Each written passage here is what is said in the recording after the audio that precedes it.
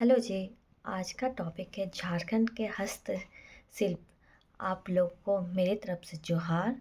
और झारखंड के बारे में आप लोग को कुछ बताना चाहते हैं। ये बुक के माध्यम से आप लोग के साथ शेयर करेंगे और बताएंगे। ये बुक काफ़ी अच्छा है, झारखंड के बारे में बताया गया है। चलिए इसे शुरू करते हैं। चलिए, पहला टॉपिक है झारखंड के हस्तशिल्प। हस्तकला के मानव जीवन में एक नया रंग, एक अति प्रतिमा अभाव तथा बेजोड़ चमक पैदा की है। हस्तकला मानव जीवन के सहज प्रवृत्तियों से जुड़ी हुई है। मानव प्राकृतिक में रह करके भी अनुकूल संसार को बनाया तथा सर्वप्रथम अपने जीवन को सुरक्षित किया है। फिर उसमें दैनिक जीवन सजाया संवारा, ऐसे सजाने संवारने के क्रम को अनेक प्रकार की कलाओं का जन्म हुआ, जिसमें मानव जीवन रहस्य और सौंदर्य से परिपूर्ण हुआ। इन्हीं कलाओं के उद्भव के साथ हस्तकला भी एक मानव जीवन के साथ विकसित हुई। हस्तकलाएं परंपराओं से उपजी है और पीढ़ी दर पीढ़ी चली आ रही है।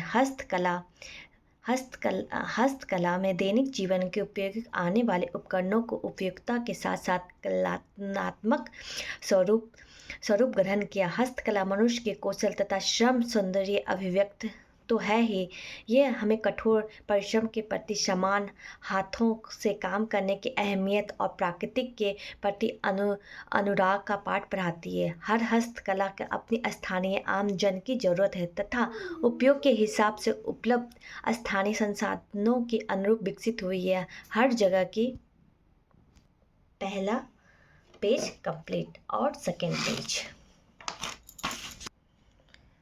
हस्तकला अपने विशिष्ट रूप से अपनी एक अलग पहचान बनाती है। हस्तकला अत्यंत प्राचीन तथा सिंधु सभ्यता पे अपने उत्कर्ष पर थी। तब तल शिल्प के परिश्रम मिला कि यह समृद्धिक रूप में विद्वान था। उल्लंघन में मिले मिट्टी, पत्थर तथा अन्य धातु के विभिन्न उपकरणों तथा मूर्तियां इस बात को प्रमाण और हस्तकला के परंपरागत धार्मिक मान्यताओं तथा आम जन की जरूरतों के आसपास घूमती है। झारखंड के हस्तशिल्प का देश दुनिया का सबसे विशिष्ट स्थान एवं पहचान है। खास करके आदिवासी बहुल राज्य होने के कारण यहाँ के हस्तशिल्प एक सहज और देशांत सौंदर्य की झलक दिखती है।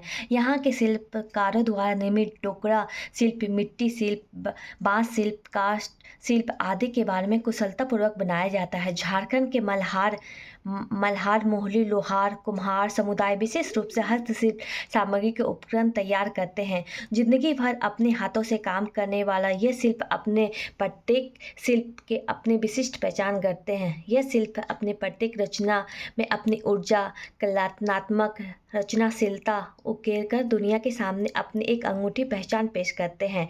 डोंगरा शिल्प झारखंड के डोंगरा कला की अपनी एक विशिष्ट पहचान है। डोकरा कला अलौकिक धातु की कास्टिंग की मोम कास्टिंग तकनीक का उपयोग होता है। यह तकनीक काफ़ी पुरानी है। भारत में पिछले 5000 वर्षों की इसकी तकनीक का उपयोग हो रहा है। इस तकनीक से निर्मित प्राचीनतम कलाकृतियों नमूने स्वरूप मोहनजोदड़ो की खुदाई में मिली नृत्य करती लड़की की मूर्ति है। झारखंड में विभिन्न इलाके के मल्हार समुदाय के लोग इस कार्य को करते हैं। यहाँ की डोकरा कला शिल्पकारों के आदिम रूपकार लोकतंत्र रूपकारों के युक्त होते हैं। आज डोकरा कला राष्ट्रीय तथा अंतर्राष्ट्रीय बाजार के अत्यधिक मांग। डोकरा कला अधिकतर हिरण, घोड़ा, महिषासुर मर्दिनी, कछुआ, वरसिंघा, आदिवासी युगल के सामूहिक नृत्य करते हैं।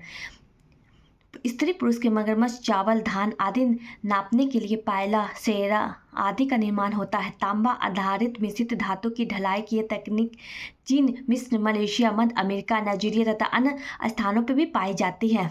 काठ शिल्प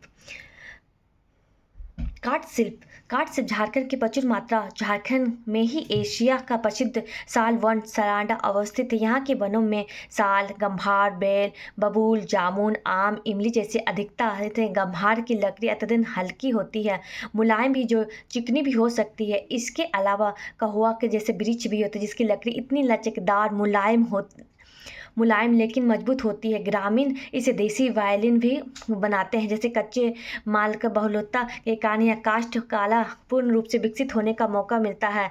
सजावटी सामानों के साथ साथ तेजी के इस्तेमाल होने वाली चीज़, दरवाज़ा, खिड़की, बक्सा, रसोई बनाने के उपकरण आदि काफ़ी कलात्मक बनाया जाता है। झारखंड के काष्ठ शिल्प में काफ़ी विविधता और सुंदरता उपयोगिता के वजह नमूना लड़कियों में बहुत ही करीने और नक्शासीदार शिल्प बनाया जाता है। काष्ठ कला आमतौर पर बिरसा मुंडा की प्रतिमा पीठ पर